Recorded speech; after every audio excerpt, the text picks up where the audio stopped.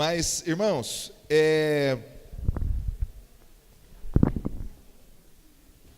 eu estou muito feliz porque o horário de verão acabou.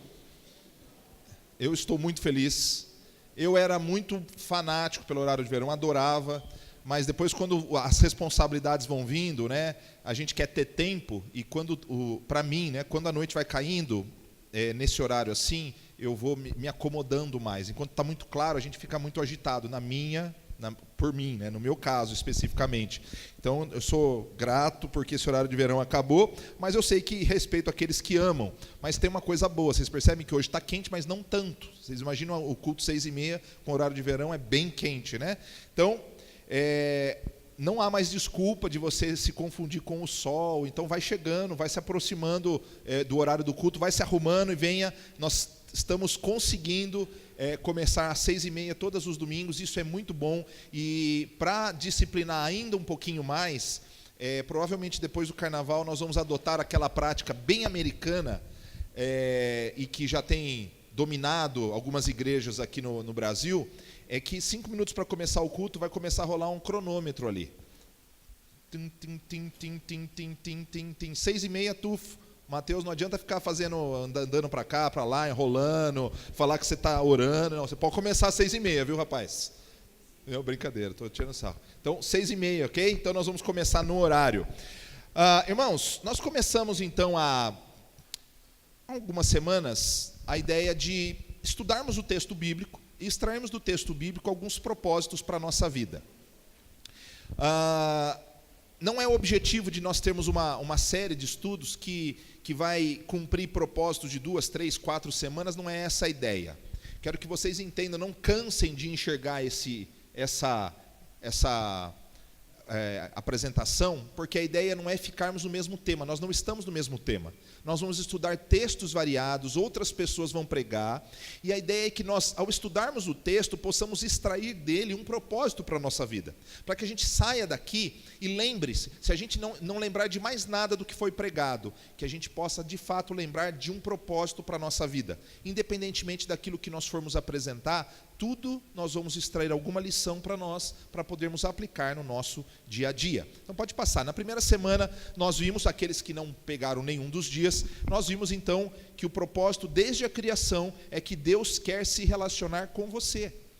E isso deveria trazer um senso de gratidão profundo, porque Deus nos fez porque Ele queria se relacionar pessoalmente conosco, e não é um relacionamento que algumas filosofias e teologias e pensamentos querem apresentar, de que Deus criou o mundo, jogou todo mundo ali, não deu muito certo, Ele abandonou e foi embora. Isso não existe.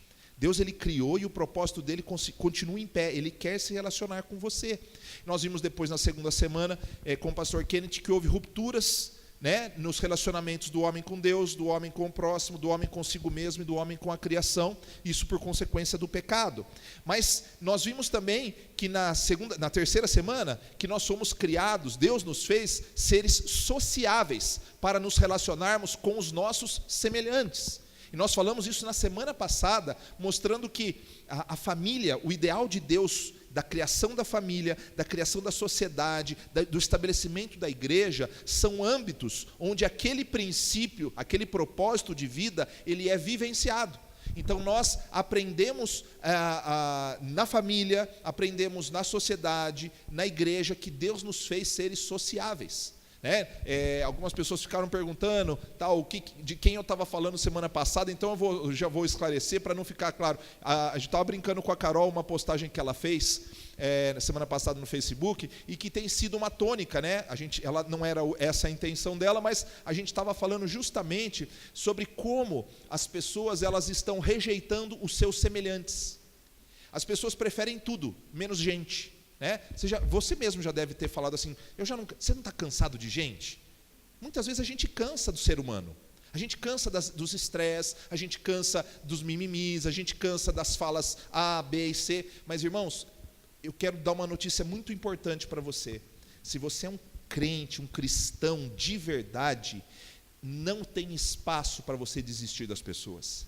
Nós fomos feitos para nos relacionarmos uns com os outros, com as nossas limitações, com as nossas diferenças, com as nossas peculiaridades, mas nós fomos feitos para nos relacionarmos uns com os outros. Mas, voltando na semana retrasada, como o pastor Kenneth apresentou, essas rupturas na nossa relação com Deus e com o próximo faz com que nós fiquemos perdidos na solução de alguns problemas. Mas, para descobrirmos esses propósitos das nossas vidas, nós estamos buscando no texto bíblico estas verdades, para que então nós possamos sermos desafiados a repensarmos como nós estamos agindo na nossa caminhada. E o texto de hoje, semana que vem nós vamos falar sobre um aspecto fundamental para o ano. Então, se você estava pensando em não vir semana que vem, eu vou dizer uma coisa para você. Semana que vem vai ser o dia determinante para tudo que nós vamos trabalhar no ano, e aí nós vamos pautar o nosso estudo num texto bíblico ainda em Gênesis, revelando o propósito de Deus para nós. Mas hoje nós vamos tentar aplicar o que nós falamos nas últimas semanas. Eu vou pedir que você abra lá em Gênesis capítulo de número 4, uma história conhecida, que muitos de vocês provavelmente já leu várias vezes. Gênesis, capítulo de número 4, a história de Caim e Abel. Essa passagem, que narra o primeiro assassinato da Bíblia, traz lições importantes para nós entendermos o nosso relacionamento com Deus e o nosso relacionamento com o próximo, além de resvalar um pouco no nosso relacionamento conosco mesmos, ok? Então, Gênesis capítulo de número 4. Eu sei que você já está no capítulo 4, mas os 3 versos anteriores, que são o final do capítulo 3, dizem o seguinte: logo depois que o homem desobedeceu a Deus, a mulher desobedeceu a Deus, eles se tornaram conhecedores do bem e do mal, ou seja, a entrada do pecado do mundo, Deus então narra. Então disse o Senhor: agora o homem se tornou como um de nós, conhecedor do bem e do mal. Não se deve, pois, permitir que ele tome também do fruto da árvore da vida e o coma, e viva para sempre. Por isso, o Senhor Deus o mandou embora do jardim do Éden, para cultivar o solo do qual fora tirado. Depois de expulsar o homem, colocou a leste do jardim do Éden querubins e uma espada flamejante que se movia, guardando o caminho para a árvore da vida. E aí, então, o homem expulso da presença de Deus, expulso daquela relação íntima com Deus, ele é colocado para fora do jardim e começa então a narrativa que nos interessa. Primeira coisa que eu queria dizer para vocês está no verso 1 e 2. Pode passar, Duda. Verso 1 e 2. Eu sei que não é uma verdade muito clara nos versos, mas eu quero que você faça um esforço comigo para entender algumas questões. Olha o que diz os versos 1 e 2. Adão teve relações com Eva, sua mulher, e ela engravidou e deu à luz Caim. Disse ela: com o auxílio do Senhor tive um filho homem. Voltou a dar à luz, desta vez a Abel, irmão de Caim.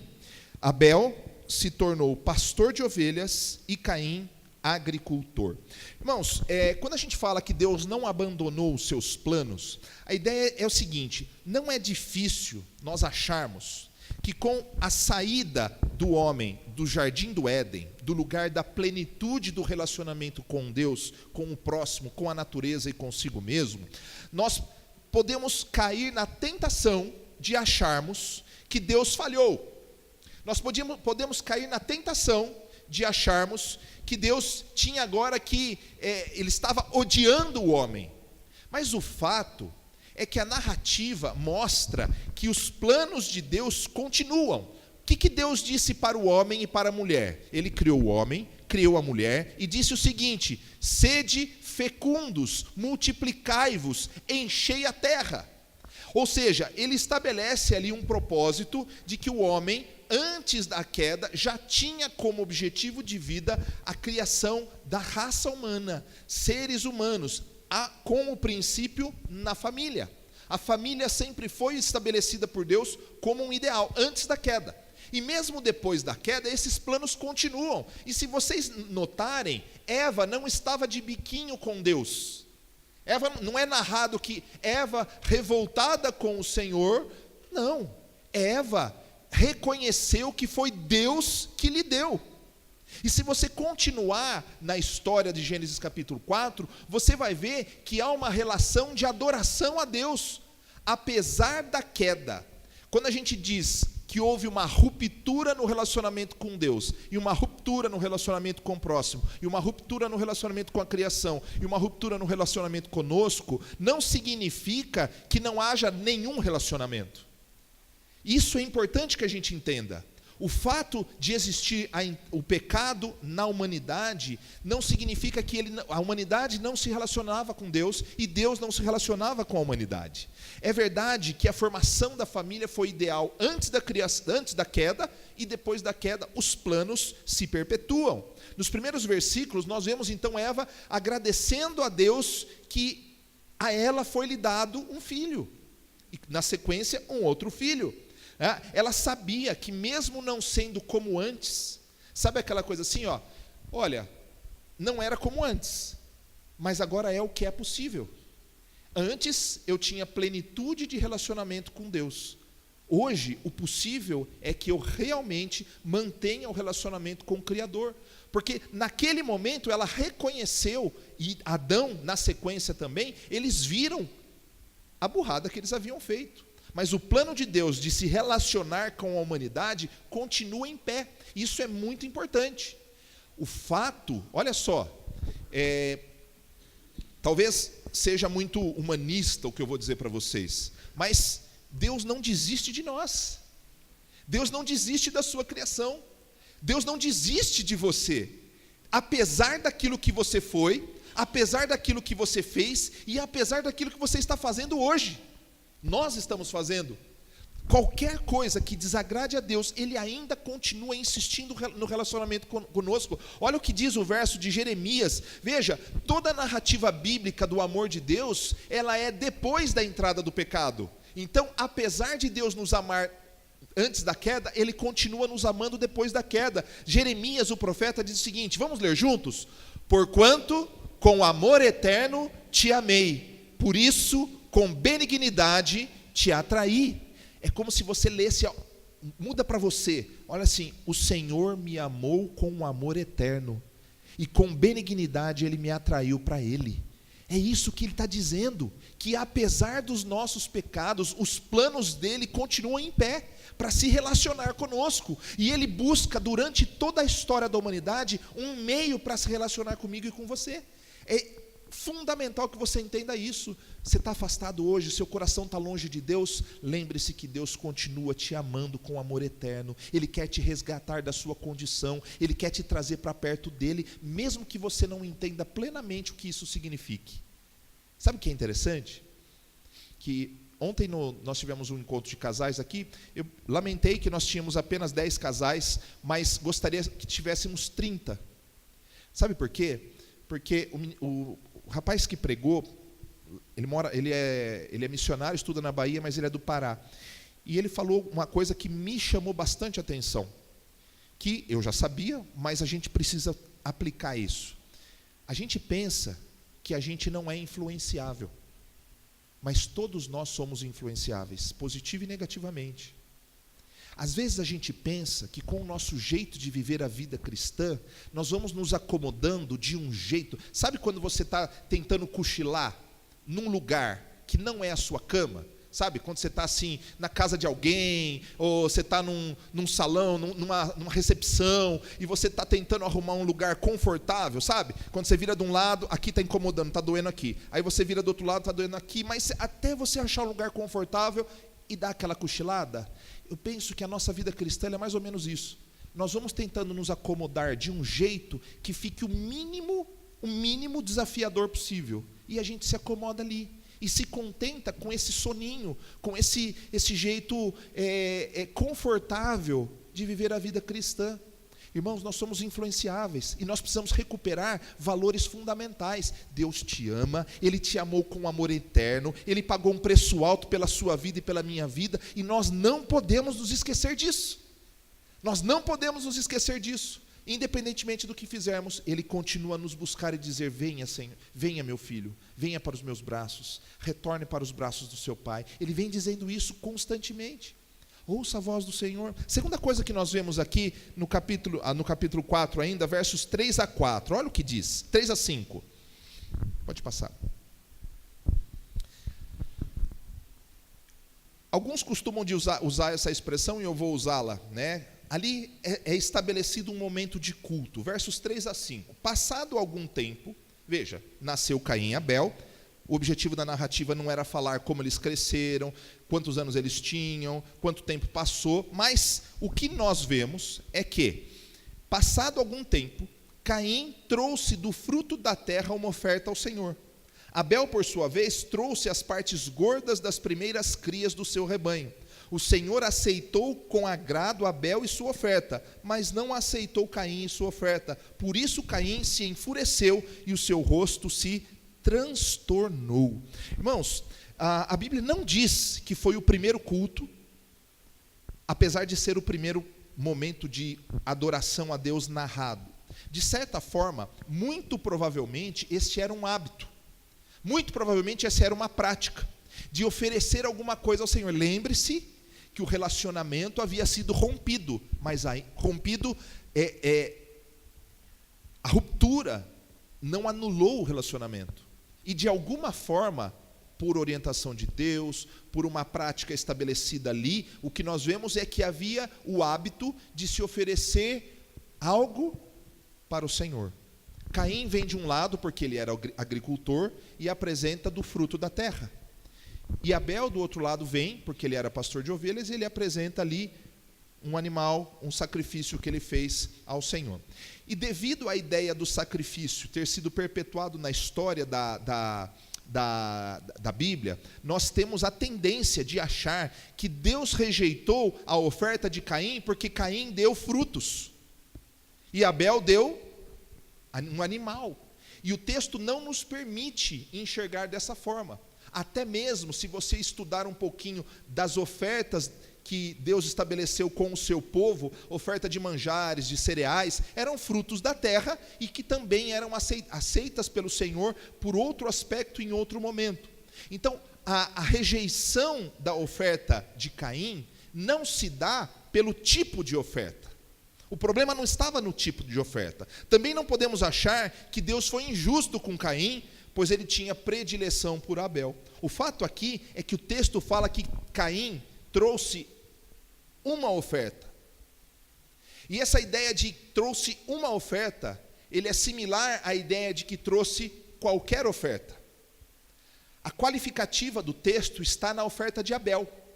Quando diz que Abel não trouxe uma oferta, ele trouxe a melhor oferta.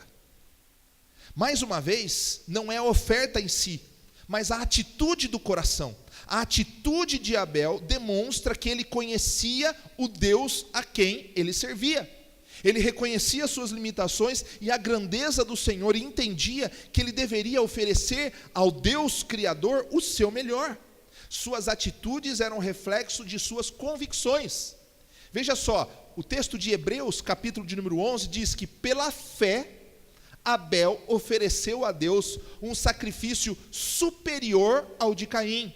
Pela fé, ele foi reconhecido como justo, quando Deus aprovou as suas ofertas. Embora esteja morto, por meio da fé ainda fala. Veja que o componente da oferta era o que menos importava. Caim era agricultor. Então é o seguinte, eu preciso lá, eu vou levar o que eu tenho aqui, estou aqui, Senhor. Mas Abel não. Abel ele fez com o seu coração, o seu interior revelou uma atitude de devoção e sinceridade no Deus a quem ele servia. Então, o próximo slide diz o seguinte: a forma como enxergo a Deus determina a forma como cultuo a Deus e vivo a minha vida cristã. Se você não lembrar de quase nada da mensagem, lembre-se disso. A forma como você tem vivido a sua vida cristã e cultuado a Deus é um reflexo da forma como você enxerga Deus. Porque se eu enxergo Deus como o meu chapa, meu camarada, meu vovô, meu Papai Noel, que traz presentinho, velhinho barbudo, bonzinho, com certeza eu vou fazer as coisas do jeito que eu quero, da forma que eu quero. E aí é justamente aí que mora o problema. Uma das coisas que mais é perigosa para nós que somos cristãos, e para a sociedade como um todo, é ter uma visão distorcida de quem é Deus. Porque a partir da visão distorcida de quem é Deus, nós começamos a viver a nossa vida, a nossa espiritualidade, a partir de uma base que não é correta. Um homem que entre num relacionamento, uma mulher que entre num relacionamento de conjugal, com uma visão distorcida do que é de fato o relacionamento conjugal, vai trazer sérios problemas para esse relacionamento. Porque um homem que não assuma a sua responsabilidade e uma mulher que não assuma a sua responsabilidade vai trazer sérios problemas para o relacionamento. Se nós não entendermos que quando nós casamos, nós abrimos mão da nossa liberdade, literalmente, para construir uma nova realidade, onde os dois cooperam de uma maneira específica, mas dentro de um contrato, de um acordo e de bases, que para nós que somos cristãos, a Bíblia é a nossa base. Se nós não vivemos a partir dessa realidade, deste alicerce, nós vamos ter problema. Então, a visão que nós temos das coisas, quer um exemplo? Essa semana a gente estava... cadê o Mateuzinho? O Mateuzinho está aí? Tinha uma pizza lá ao redor do estádio do Morumbi, que a pizza é vendida por R$10. Pizza grande. E eu falei, eu não como. Por que eu falei eu não como?